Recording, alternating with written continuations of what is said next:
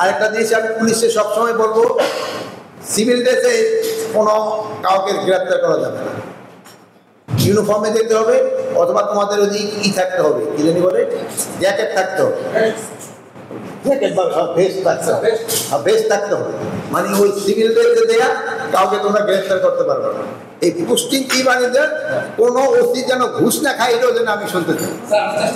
আরেকটা জিনিস আপনারা খেয়াল করবেন, যেহেতু থানা গেলে দেখবেন ওসি রুমটা খুব সুন্দর, কিন্তু এরপরে আর কারো থাকার কোনো উপায় নেই। আমাদের এখানে সব এই বসের একটা রুম আছে খুব সুন্দর, তারপরে এগুলি অবস্থা একেবারেই খারাপ থাকে। আমরা দায়িত্ব নেওয়ার পর আমাদের বন্ধু বান্ধব আত্মীয় স্বজনের সংখ্যা কিন্তু বেড়ে গেছে। যিনি আমার আত্মীয় হয়তো কোনোদিন দেখে না, সে হন আমার আত্মীয় হয়ে গেছে, বন্ধু বান্ধবের সংখ্যা কিন্তু বেড়ে গেছে।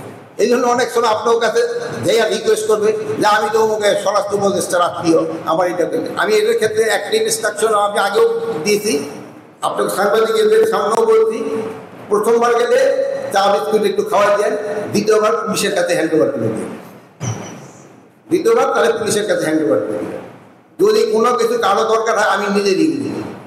আমাদের যে বাহিনীগুলি আছে, বাহিনীগুলি মানে থাকার ব্যবস্থা অনেক জায়গায় আছে, যে আমাদের থানাগুলি আছে যেগুলি ভাড়া বাসায় আছে, এখানে তাদের থাকার পরিবেশও খুব একটা ভালো না, এবং এদের আবার খাবার সিস্টেম বিভিন্ন ধরনের, এটাতে কীভাবে ভালো করা যায় এগুলির দিকে একটু খেয়াল রাখতে হবে। এটার ক্ষেত্রে আমি দেখছি স্পেশালি পুলিশের থাকার ব্যবস্থাগুলির অবস্থা বেশি খারাপ। আমরা অলরেডি চেষ্টা করতেছি, যেহেতু আমাদের আপনারা জানেন যে এই সরকার নেওয়ার পরে আমাদের ব্যাংকগুলির অবস্থা কী ছিল, আপনারা অনেক সময় গিয়া ব্যাংকে থেকে তো টাকা উঠিয়ে আনতে পারেন নাই, তবু আল্লাহ দিলে এখন পরিস্থিতি অনেক ভালো হয়েছে। আমাদের একটা রেস্ট্রিকশন দেওয়া ছিল যে যেই সব বিল্ডিংগুলি 70% উপরে কাজ হয়ে গেছে, ওই সব বিল্ডিংগুলির এই কনস্ট্রাকশনের পয়সা দিচ্ছে, আর এই নিচে যেগুলি হয়েছে এগুলি ওইভাবেই রয়ে গেছিল। বাট এখন এটার টাকা দেওয়া হয়েছে, গত ইসে দেখছি 103 কোটি টাকা ছাড় দেওয়া হয়েছে, এখন ওইগুলি রিপেয়ার করে দেওয়া হবে। এই যে তাড়াতাড়ি এর শেষ হলে পুলিশের অন্তত বাসস্থানের ব্যবস্থাটা যেন একটু ভালো হয়। আর আমাদের কারাগারের অবস্থা হয়েছে যে ম্যাক্সিমাম কারাগারেই পুরানো বিল্ডিংয়ের উপরে, ম্যাক্সিমামগুলি পুরানো, এগুলো অবস্থা খুবই খারাপ।